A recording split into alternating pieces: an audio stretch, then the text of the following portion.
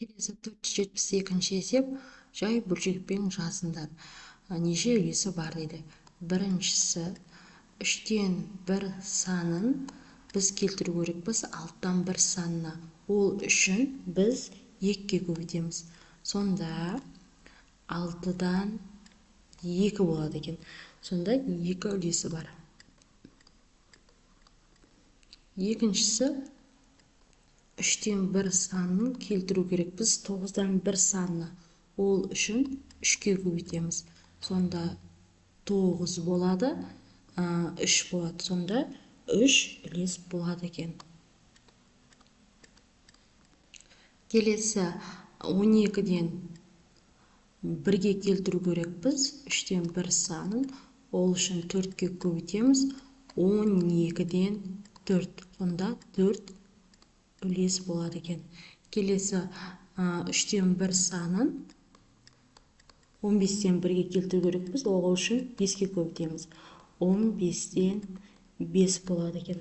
Сонда 5 үлесі бар екен. Келесі екінші есебін шығарайық. 4-тен 3 санын келтіру керек біз 8-ден 1-ге. Ол үшін 2-ге көбейтеміз. 8 болады, 6 болады екен. Сонда 6 үлес бар екен. Келесі 4-тен 3 санын келтіру керек біз 12-ден 1-ге. Ол үшін 3-ге көбейтеміз. Сонда 12-ден 9 болады. Сонда 9 үлес бар екен. Келесі 4-тен 3 санын келтіру керек біз 16-дан 1-ге. Ол үшін 4-ге көбейтеміз. Сонда 16-дан 12 болады. 12 үлес болады екен. Келесі 4-тен 3 санын келтіру керек біз 20-дан 1-ге. Ол үшін көбейтеміз 5-ге. Сонда 20-дан 15. Сонда 15 үлес бар екен. Келесі 473-ші есептің біріншісін шығарайық. Аралас сандарды ең кіші ортақ бөлімге келтіріңіздер деді. 2,9-дан 5 саны. Екіншісі 3,12-ден 1 саны. Бөлшектің бөліміне қараймыз. 9 бен 12 санына бөлінетін бірдей санды табамыз. Ол бізде 36. 36 шығу үшін 9-ды біз 4-ге көбейтеміз. 12-ні 3-ге көбейтеміз. Сонда 2 бүтін өзі жазылады. 36-дан 20 болады екен. Екіншісі 3 бүтіннің өзін жазамыз. 36-дан 3 болады екен. Келесі екіншісі 1,8-ден 5-тен, екіншісі 4,125-тен 3.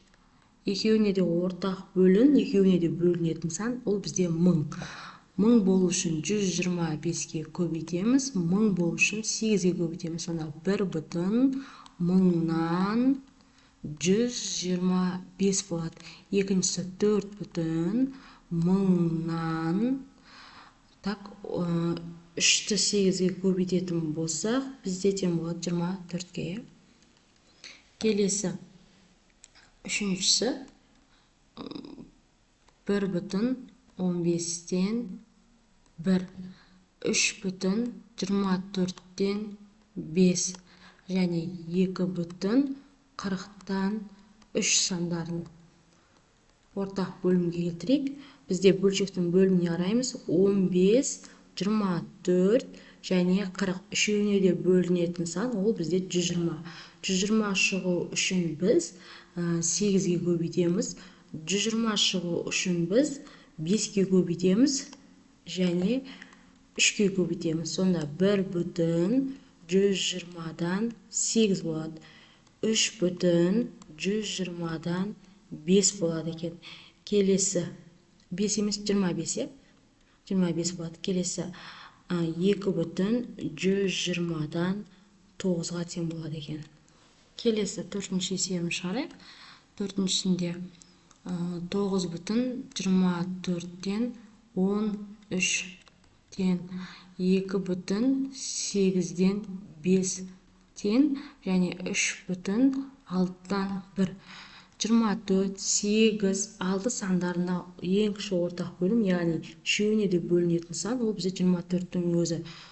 24 шығу үшін 1-ге көбейтеміз, 9,24-тен 13-тің өзі тұрады. Келесі 24 шығу үшін 3-ге көбейтеміз, сонда 2,24-тен 15 болады екен. Келесі 24 шығу үшін 4-ге көбейтеміз, сонда 3,24-тен 4-ге тең болады екен. Келесі 474-ші есептің біріншісін шығарайық. Бөлшектердің бөлімдерін оңға келтіріңіздер деді. Біріншісі 7,2-ден 1 саны тең. Бөлшектің бөлімін оңға келтіру үшін бөлшектің бөліміне қараймыз. Бөлшектің бөлімі оңға келу үшін біз 5 санына көбейтеміз. Сонда бүтін бөлшектің өзін жазып қоямыз. Бөлшектің бөлімі 10 болады. Бөлшектің бөлімін 5-ге көбейткендіктен алымын да 5-ге көбейтеміз. Сонда 5-ге тең болады. Келесі 9,5-тен 2 саны. Тең жазып қоямыз. Бөлшектің бөлімі 10-ға келу үшін 2-ге көбейтеміз. Сонда 9-ның өзін жазып қоямын. Бөлшектің бөлімі 10 болады, алымы 4-ге тең болады екен. Келесі 3,5-тен 4 тең. Бөлшектің бөлімі 10-ға келу үшін 2 санына көбейтеміз. Сонда 3,10-нан 8-ге тең болады екен. Келесі екінші есебі. 6,4-тен 3 санын бөлшектің бөлімі 100-ге келетіндей етіп көбейтіңіздер дейді. Бөлшектің бөліміне қараймыз, ол жерде бізде 4 саны 100-ге келу үшін біз 25-ге көбейтеміз. Онда бүтін бөліктің өзін жазып қоям. Бөлшектің бөлімі 100 болады да, алымы 75-ге тең болады. Яғни 3 пен 25-тің көбейтіндісі. Келесі 5,20-дан 9. Бөлшектің бөлімі 100-ге келу үшін 5-ге көбейтеміз. 5-тің өзін жазып қоямда, бөлшектің бөлімі 100 болады, алымы 45-ге тең болады. Келесі 8,25-тен 6. Бөлшектің бөлімі 100-ге келу үшін 4-ге көбейтеміз.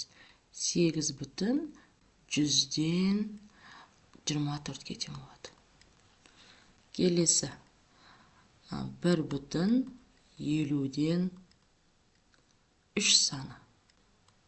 Бөлшектің бөлімі 100-ге келу үшін 2 санына көбейтеміз. 1-дің өзін жазып қоямыз да, 100-ден 6-ға тең болады екен. Келесі үшінші есебін шығарайық. 2,8-ден 5 саны.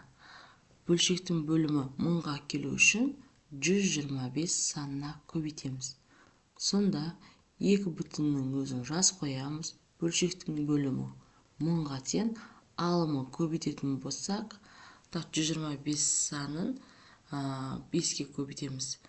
500 болады, анау 625-ге тең болады. Сонда 625-ге тең. Келесі 3,125-тен 7 тең. Бөлшектің бөлімі 1000-ға келу үшін біз көбейтеміз 8 санына. Сонда 3,1000-нан 56-ға тең болады. Келесі 6,125-тен 11 саны тең. Бөлшектің бөлімі 1000-ға келу үшін біз көбейтеміз 8 санына. Сонда 6,ның өзін жазып қоям. Бөлшектің бөлімі 1000-ға тең, ал алымы 88-ге тең болады екен. Келесі 4,500-ден 123 саны. 1000-ға келу үшін 2 санына көбейтеміз. Сонда 4,1000-нан алымы так 6 болады, 4 болады, 2 болады. 246-ға тең келеді.